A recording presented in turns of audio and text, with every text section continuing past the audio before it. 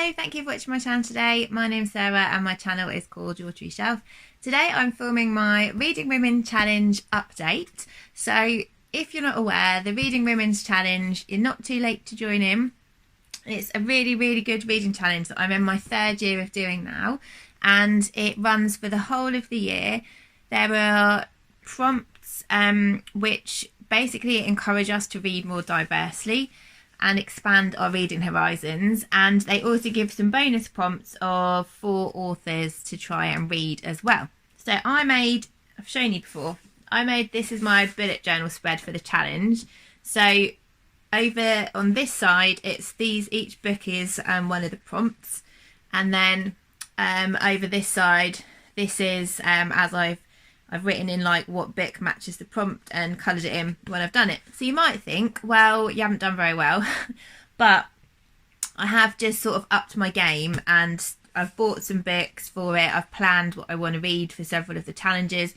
There are a couple which I haven't planned anything yet, so I'd like some advice from you guys.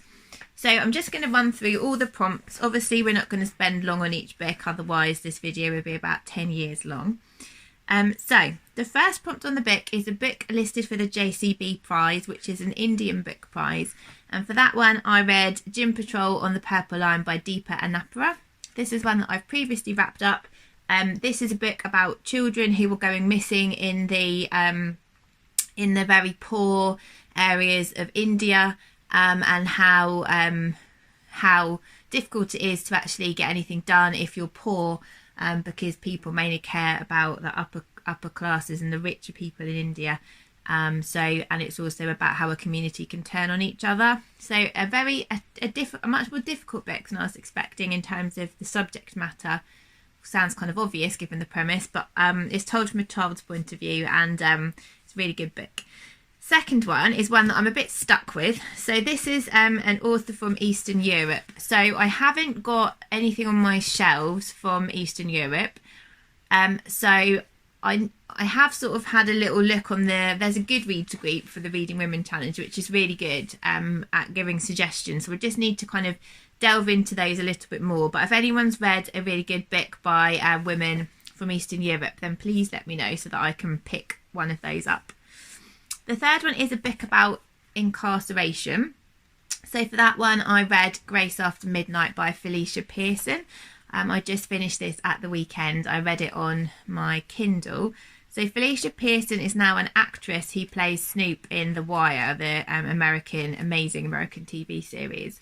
And it's about her life up to the point where she got approached to do this role. So she grew up in a housing projects area of Baltimore, I believe, and she was adopted because her birth mother was addicted to crack, so she was taken away as a baby and adopted by a couple, and she basically got into drug dealing, and it's about like her life. She spends time in prison, hence a book about incarceration, but it was a really interesting book, and she's great at playing the role in the TV series. The next prompt is Cookbook by a Woman of Colour. So for this book I chose Fresh India by Meera Sodha. So I have made one recipe so far out of this book, but I need to delve into it a lot more because I love Asian food. So it's a bit tricky because the kids aren't so keen, but I'm trying to get them used to different sort of flavours and things. So I will undoubtedly cook more from that cookbook. Next prompt is one with a protagonist older than 50. So I haven't done this one yet, but my main idea for this prompt is 3 Things About Elsie by Joanna. So I've had this on my TBR for quite a long time, and when this came out a few years ago, everybody really loved it. The protagonist has, I think she's got dementia, but it's set in a care home. Yeah, she's 84, so she's definitely older than 50. And she's had a fall, and there's a mystery that has to be solved, and about a new resident. And I think there might be like some people who aren't quite believing her because she's got dementia or something like that. So yeah, that's the one I'm going to choose for that prompt. Then we have another one which I need some ideas for. So the next one is a South American author in translation. So again, I don't have any, I do have some South American authors, but they're not in translation. So if anybody's got a recommendation for that prompt, that would be great. Then we have reread a favourite. So I figured that I've wanted to reread this for ages. This is the first in a series which I read I started when I was about 11 and read for a long time, this series. This is The Clan of the Cave Bear by Jean M. Auel. So this is set in prehistoric times. It's the only book I've ever read set in this time period. It's about a girl called Ayla who her family all die in an earthquake, and she is taken in by a group of Neanderthal people, and she basically grows up with them and learns their language and their cultural traditions and things like that. And this is the first book in the series, and I'm slightly worried because it was written in the 80s. I'm hoping that it's still like acceptable reading today. Like I'm not kind of thinking about some of the things in the book. I'm hoping not. But I'm really looking forward to giving this a reread because I've wanted to like revisit this series for a really long time. Then the next prompt is to read a book by an Indigenous author. So I haven't done this yet, but I know which book I'm going to choose, and that is Crazy Brave by Joy Harjo, who is Native American. I heard her interviewed on Super Soul Sessions with Oprah, and it was a really good interview, and she's a poet. She's poet laureate in the States. I'm not sure this year, but she's very recently anyhow. And I'd love to read her poetry as well, but I figured for this prompt I would read her memoir, which is Crazy Brave, and I'm probably going to get that on Audible because I've got some credits built up, so I'm going to do that soon. The next prompt is a neurodiverse author. I think this might be the only book I have for this, I'm not sure. This one is called The Electricity of Every Living Thing by Katherine May. So Katherine May has Asperger's syndrome, and she didn't know that till she was, probably like in her 30s, and she was a mother, and she just was finding everything really difficult. And then this is about when she goes on a walk. Where does she walk? The 630-mile southwest coast path, to try and understand why things were so difficult for her, telling the story of her over a year and coming to terms with her diagnosis as having Asperger's. Then the next one is a translated crime or thriller, and I was pleased to find this in the library. So I've got Why Did You Lie by Ursa Sigurdardottir. This is translated from Icelandic. There's a group of 4 people, all of which... all of which are lying about something. So yes, that will be that's a good one to find at the library. Right, the next shelf on the list, I've pretty much done all of these. So the one that I'm reading currently is for the prompt about the natural world. So I am reading Things That Are by Amy Leach, which is a great book. This is 26 mini essays about different animals and plants, but they're very kind of unusual in how they're told. So they're very sort of whimsical, fairy tale like. They are really well imagined. So she gives like personalities to different trees and plants, and she imagines what things would have been like for them in the past, and she tells you like these quirky little facts about things like jellyfish that you just wouldn't have no idea, but she does it in like the most beautiful way that it's like nothing I've ever read before, and I really love it. I think I've got about 60 pages left. The advice on Goodreads was not to sit and read it all in one go, and I completely agree. It's actually nice to read like a couple of essays, then read something else, because you want to appreciate each essay and not kind of just blast through the whole lot. So I am really, really enjoying this, and this is for the prompt about the natural world. The next prompt is a YA novel by a Latinx author. So for that one, I read The Poet X by Elizabeth Acevado. So this is one that's been all over BookTube. It's a YA book, it's written in verse, It's about our excuse me. It's about our protagonist who lives in a very strict Catholic family, and she writes poetry, but she has to keep it a secret. And it's sort of like a coming of age story. It's about liking a boy, and it's about religion, and it's about her poetry and how she feels about the world and her difficulties growing up and all different stuff like that. So that is what I read for that prompt. Sorry, just trying to move my books off the top. Poetry collection by a black woman. So for this one, I read Phenomenal Women by Maya Angelou, who is a phenomenal woman, and I loved this. This was a phenomenal collection.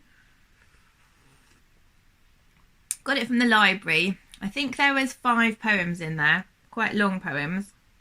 As soon as I got to the end, I literally went straight back to the beginning and read the whole thing again, because I felt like I needed several. You would need several readings to get everything out of the poems. They're just, you can hear her reading them in your head. She's like somebody who I find so much wisdom from, and her poetry collection was wonderful. And my friend has bought me another poetry collection by her, which is really lovely. I then read, so the next one was a biracial protagonist. So for this one, I chose More Myself by Alicia Keys. This was her memoir, which I wrapped up in last month's wrap up. It was like a 6-star read for me. I absolutely loved it. Didn't know masses about Alicia Keys, but she is amazing. She is like such a role model. So she's an activist, a philanthropist, an artist. She's so talented in her work. She's like a really spiritual person, and I absolutely loved her memoir. So that's the prompt that I chose for biracial protagonist. Sorry, the book I chose for the prompt. Then the next one was a Muslim middle grade book, which I read quite a while ago, and I chose, sorry, I just keep looking down all the time. I chose The Girl and the Ghost by Hanna Alkaf. This was a story, bear with. This was, I can't remember the characters' names, but there's a girl who is about, I don't know, 12-ish, and she's really good at drawing, and her mum is like super strict, and she knows there's some family secrets, but there's like rumours about her grandmother being a witch, but nobody's really allowed to talk about it. And she has a ghost, basically, which her grandma had, and she inherited the ghost, and the ghost, she then makes a new best friend, and the ghost starts feeling really left out and starts doing really mean things, and it kind of goes from there. So it's sort of got folklore and things in it as well. I think it was, I'm just trying to remember where the author's from. I think it might be like Indonesia maybe, but it was really really enjoyable, and actually quite scary for middle grade, I thought. I think you'd have to be like older middle grade not to be too scared by it. Then I read a queer love story. I read Treasure by Rebecca Weatherspoon. This is a book about a stripper called Treasure, who is actually called Trisha in real life, and she is stripping so that she can provide for her family and financially whilst she's at university. It's set in the States, and there is another girl who, her name escapes me, who's our sort of main character. And she is gay, and she's had some sort of recent breakdown, so she's quite well protected by her family. And she's about 18, 19, and she goes for her sister's hen do. She goes to this strip club, and she falls for Treasure. And then it turns out they go to one of the same classes at university, and they form like this really like lovely friendship, which then turns into more, and it's about their romance, which I really enjoyed, this one. Then I read, let's see, next it was about a women in politics. So your obvious choice, I guess, would have been to go for a non-fiction here, but I managed to find a fiction. Sorry, I've done a lot of talking, so I had my work appraisal this morning, so I need to keep drinking. The next, so the women in politics. So I chose The Voting Booth by Brandy Colbert. This is a wonderful book. It's a YA book, and it's about our main character. She is a sort of, how old is she? She's a sort of late teens, and she is basically like put a lot of time and effort into trying to get young people to vote, and she's trying to help. It's set over the course of a day. She's trying to, so she's called Marva. There's a guy called Duke who she doesn't know. He's having trouble voting. When he gets there, they say you're not in the right place, you're not registered, even though he is registered. They're both black, and it's talking as well about like the difficulties black people face in voting, and the barriers to voting. And it's just, there's so much in a single day. The relationship between Marva and Duke is so well written. I just really love this book, and there's like politics in it, there's race in it, there's family tragedy, there's like happy stuff in there too, there's stuff about music. It's really, really good, and I'd highly recommend it. But that's the one I use for women in politics. The next prompt is a book in a rural setting, which I chose, All Among the Barley by Melissa Harrison. I'd had this on my TBR for quite some time after I heard Mercedes talk about it and really love it some time ago. And it's set in Suffolk, in rural Suffolk, in about the 1940s or 50s. It's about a really small farming community, and an outsider who's a journalist comes into the community to kind of write about the old ways in farming. And she sort of brings a new something a bit sinister to the village, shall we say, and it's about that's the story from there. And I really, really loved that book, but it's very much set around sort of the scenery and the farming in Suffolk in that time. So that was for that prompt. The next one was a cover designed by a woman. I chose a cover that I really liked, which was from The Black Kids by Christina Hammonds Reed. I'm really sorry that I should have written down who designed the cover. What I'll do is I'll have a look on my Kindle and I'll insert it across here, because credit where credit's due. I really should credit the artist. Right, then we move on to the third shelf, which is books that I have not done very well on so far. So the first one I've got is by an Arab author in translation. Now I have bought the book for this. The book I bought is called Straight from the Horse's Mouth.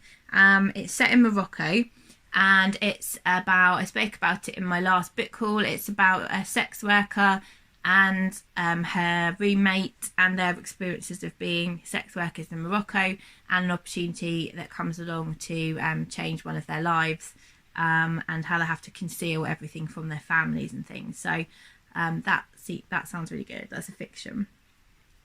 The next prompt is a book by a trans author. So for this one, I haven't bought it yet, but I'm going to read or listen to the Subtweet by Vivek Shreya.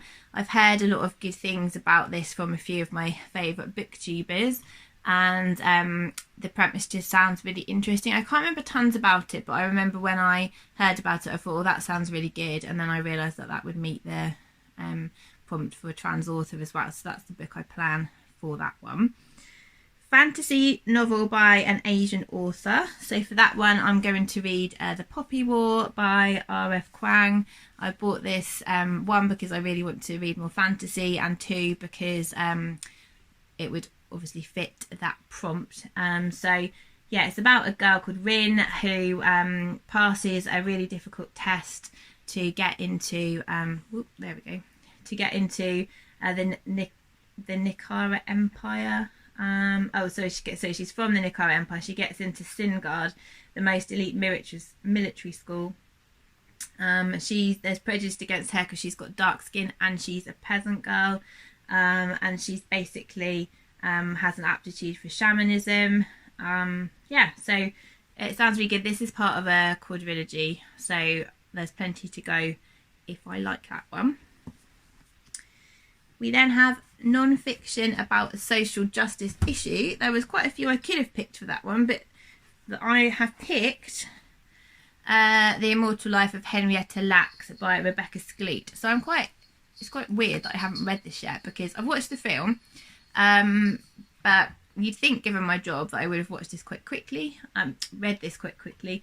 So Henrietta Lacks was a tobacco farmer in the south of America, and she had her cervical cancer cells stolen from her without consent from her or her family, which have basically gone on to become sort of like a foundation of modern science and cancer medicine.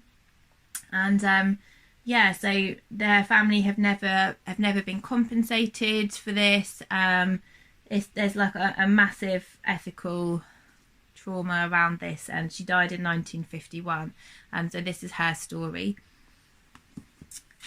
I then have another one that I need some help with. So short stories, book avalanche. Short stories by a Caribbean author. I've found a few options by looking online, and I know Lauren from Lauren and the Books was reading one called Frying Plantain. If anyone's read any Caribbean short stories and they can recommend them to me, that would be great, because there's lots of options and I don't know which one to choose. So that was the last sort of actual prompt, and then we just have the bonus authors. So there were 4 authors. I've only planned what to read for one of them. And then I always set myself an author that I've got lots of their books that I haven't read yet. So I've added an extra author on, but that's obviously just me. So the author I added on was Helen Dunmore, because I have 4 of her books and I've read none of them. Now I've got 5 because I've got one on my Kindle as well. The one that I'd like to read is called Your Blue-Eyed Boy. And this is about a judge who, is she called Simone? Yeah, Simone. And she's a judge. She passes judgment on other people for her job. And she, behind her sort of professional veneer, her life is falling apart. She's got really bad debt problems, and I think her marriage is crumbling and stuff like that. And then she receives a letter from abroad about someone who she was trying to forget. And I think there's a public scandal which sort of brings down her professional life. So that's that one. The other authors, so we have Yoko Ogawa. The book I'm going to read by her is The Housekeeper and the Professor. It was one of Emma from Drinking by My Shelf's books of the year last year, and so I wanted to read it because of that anyway. So that's what I'm going to read. I haven't decided for the other 3. So the other 3 authors, there's Alexis Wright, who I've never read before. There's Cici Dangaremga. One of her books was listed for the Booker Prize, but it was the 3rd in a trilogy, so I don't really want to read the 3rd one without having read the 1st and the 2nd. So I'm going to try and get the 1st one.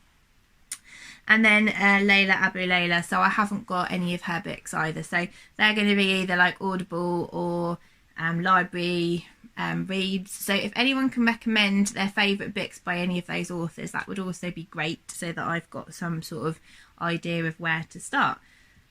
So that was a lot of talking. If you made it to the end, well done. Gave yourself a pat on the back.